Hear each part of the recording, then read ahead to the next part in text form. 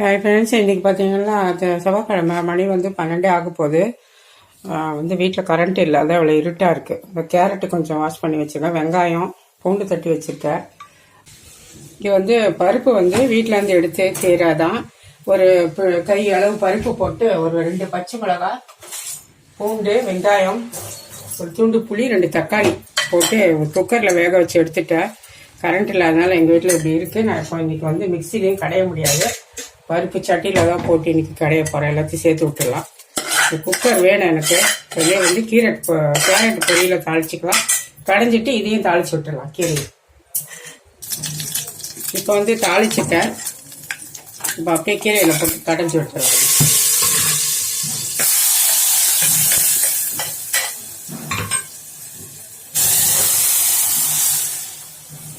இப்போ இதே குக்கரே வச்சிடுறேன். இப்போ அதே குக்கரே கழுவி நான் வச்சுட்டேன். அதில் கொஞ்சமாக கடுகு, கொஞ்சம் சீரகம், கொஞ்சம் உளுந்த பருப்பு, அவ்வளோதான். நான் இதுக்கு மிளகாய் எதுவுமே போடலை, வெறும் மிளகுத்தூள் போட்டு பொரிச்சு விடலான்னு பார்க்குறேன். நிறைய பொரியட்டும். இப்போ இதில் தட்டி வச்சுருக்கேன் பூண்டும் ஒரு வெங்காயம் கட் பண்ணி வச்சுருக்கேன் போட்டு.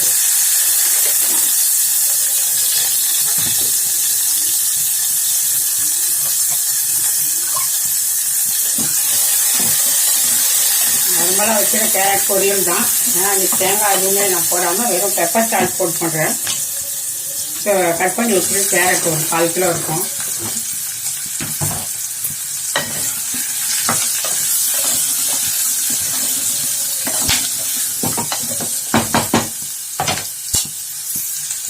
ஸோ இதுலேயே பெப்பரும் உப்பும் ரெண்டுமே கலந்து தான் நான் பவுடர் மிளகாத்தூள் எடுத்துட்டேன். மிளகும் உப்பும் மிக்ஸ் பண்ணி தான் வச்சுருக்கேன், பவுடர் பண்ணி. அதில் ஒரு 1/2 ஸ்பூன் போட்டுக்கலாம். உப்பும் அதிலே இருக்குது, நான் போடலை.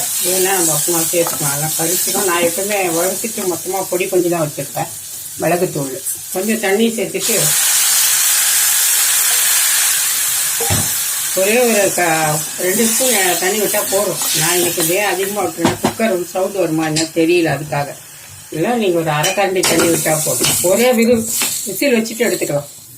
இது கீரை பருப்பு கடைச்சி ரெடி ஆகிடுச்சு பாருங்க. ரொம்ப டேஸ்ட்டாக இருக்கும். அது நீங்கள் அரிசியை கழுவி போட்டிருக்கேன். கரண்ட்டு வந்தால் தான் சுவிட்சு போடணும், அப்படி இல்லைன்னா வடிக்கணும். அப்படியே இருக்கட்டும். அது டைமே தெரியல. எங்கள் வீட்டில் பார்த்தீங்கன்னா வால் கிளாக்கு ரெண்டுமே போயிடுச்சு, நின்றுடுச்சு. இப்போ நம்மளோட கேரட் பொரியல் ரெடி ஆகிடுச்சு. நான் ஓப்பன் பண்ணிவிட்டு ஒரே ஒரு நிமிஷம் வதக்கி விட்டு எடுத்துட்டேன். அப்படியே இந்த பவுலில் மாற்றி வச்சிடலாம். அவ்வளோதான். இப்படி இந்த பக்கம் திரும்பத்துக்குள்ளேயே குக்கர்னா அவ்வளோ கரெக்டாக வெந்துடும் பாருங்கள். ஒன்றும் அதிகமாகலாம் கூழாலாம் ஆகாது. நம்ம கரெக்டாக தண்ணி வச்சோம்னா பாருங்கள், முழுசாக தான் இருக்குது கேரட்டு, தெரியுதா பாருங்கள். இப்போ இங்கே காரக்குழம்பு கொஞ்சம் இருக்குது, அப்புறம் கீரை இப்போ கடைஞ்சது இருக்குது, அடுத்து கேரட்டு பொரியல் இருக்குது, மாம்பழம் கட் பண்ணி வச்சுக்க, ரைஸ் மொத்தம் கரண்ட் வரணும். அப்படி இல்லைன்னா வடிச்சுக்க போகிறேன். அதுக்கப்புறம் இன்னொரு டிப்ஸ் சொல்கிறேன். குக்கர் பாருங்கள் இப்படி இருக்கா, சூடாக இருக்கப்போ நம்ம தேய்ச்சி வச்சிட்டோம்னா இந்த கஷ்டமே இருக்காது. இப்போ நான் சூடாக இருக்கப்போ தேய்க்கிறேன் பாருங்கள். அப்படியே சிங்கில் கொஞ்சமாக தண்ணி விட்டுட்டு நம்ம ஸ்க்ரப்பை போட்டு வச்சு தேய்ச்சோன்னு வைங்களேன், உடனே போயிடும். எப்பவுமே சூடாக இருக்கும்போது நம்ம தேய்க்கும் போது ரொம்ப சுலபமாக போயிடும். நம்ம ஆறின பிறகு காஞ்சி வச்சு தேய்க்கிறத விட இது ரொம்ப ஈஸி. அதே மாதிரி பால் கேட்டால் கூட பால் காய்ச்சிட்டு சூடாக இருக்கிறப்ப லைட்டாக தண்ணியில் போட்டு இது பண்ணிட்டு லேசாக அந்த வெதுப்பு இருக்கணும் அந்த பாத்திரத்தில். இப்போ கூட குக்கர் சுடுது எனக்கு. நான் அப்படியே ஒரு பக்கம் ஹேண்டலில் பிடிச்சிக்கிட்டே தேய்க்கிறேன். ரொம்ப சூடு வேண்டாம், ஒரு இருந்தாக்கா உங்களுக்கு நல்லது. கொஞ்சம் சூடு இருந்தது அழகாக போயிடும். இங்கே பாருங்க, தேய்ச்சிட்டேன்னா கழுவி காட்டுவாங்க. எங்கள் வீட்டில் கரண்ட் இல்லை, 2 ஹவர் ஆகுது போய். நீங்கள் எவ்வளோ அடிக்கிட்ட குடிச்சிருந்தா கூட டக்குன்னு போயிடும் உங்களுக்கு. அது கொஞ்சம் தண்ணி ஊற்றிட்டு நீங்கள் தேய்ச்சிங்கலாம். இங்கே பாருங்க, தெரியுதா பாருங்க எப்படி போயிடுச்சு பார்த்தீங்களா, இவ்வளோ க்ளீனாக. இப்போ நல்லாவே தெரியும் உங்களுக்கு. இந்த டிப்ஸை யூஸ் பண்ணிக்கோங்க, உங்களுக்கு ரொம்ப உபயோகமாக இருக்கும். இப்போ காய வச்சுட்டு நீங்கள் அதுக்கப்புறம் தண்ணியில் ஊற வச்சு நீங்கள் தேய்க்கும் போது இருக்கிறது அவ்வளோ சீக்கிரம் போகாது. அந்த சூடு இருக்க போய் தேய்க்கிறப்போ நல்லா க்ளீனாக வந்துடும் பாருங்கள். இப்போ சாப்பாடு போட்டு வந்துட்டேன். ரைஸ் இப்போ தான் வெந்துது. எல்லாம் கரண்ட்டு போயிருந்துச்சு இல்லைங்களா. நான் அதுக்கு ஒரு பிளான் போட்டேன், எப்படி செய்யலாம் அப்படின்ட்டு. ஈஸியாக குக் ஆகிடுச்சு சீக்கிரமாகவே. கொஞ்சம் கேரட் பொரியலும் மாம்பழ கொட்டை பொம்பளை வச்சுட்டு கீரை பருப்பு போட்டு கடைஞ்சி ஊற்றிட்டு வந்துட்டேன். பசி திடீர்னு வந்துடுச்சு. ஏன்னா காலையில் நான் வெறுமனே கூழ் தான் குடிச்சிருந்தேன். பசி வந்து எப்போ வருதுன்னே தெரியல. சுகர் இருக்கிறவங்களுக்கு அப்படி தான் இருக்கா, மற்றவங்களுக்கு எனக்கு தெரியல. எனக்கு அப்படி தான் சடனாக தான் வருது. வேணாம் போல் உட்காந்துருந்தேன். சாதம் வந்து சரி வடிச்சிடலான்னு அப்படியே ரைஸ் குக்கரில் பாத்திரத்தையும் அப்படியே எடுத்து அடுப்பில் போட்டேன். சூடு ஏற்றோம், அதுக்குள்ளே வருதா பார்க்கலாம். அப்படி இல்லைன்னா இன்னும் கொஞ்சம் தண்ணி சேர்த்து வடிக்கலாம் வச்சேன். கடைசியில் வச்ச உடனே 2 நிமிஷத்துக்கெல்லாம் கரண்ட் வந்துடுச்சு.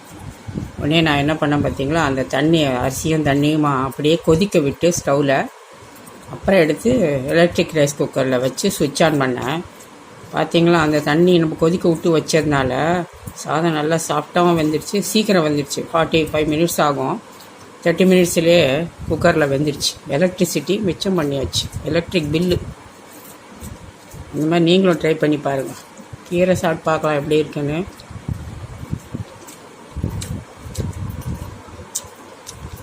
நல்லா தான் இருக்குது, காரமாக இல்லை. பசி வேறு, சாப்பிட்ருவோம். தயிர் இருக்குது வீட்டில், ஒரு தயிர். ரசம் வைக்கலை இன்றைக்கி, இதே வச்சு சாப்பிட வேண்டியது தான். சாப்பிட்டு சொல்கிறேன். கேரட் பொரியல் எப்படி பார்க்கலாம். எனக்கு வந்து கை கொஞ்சம் உதறல் வந்துடுச்சு. இனிமேல் நான் பேச முடியாது, பசி ரொம்ப வந்துடுச்சு. சாப்பிட்டு முடிச்சிடுறேன்.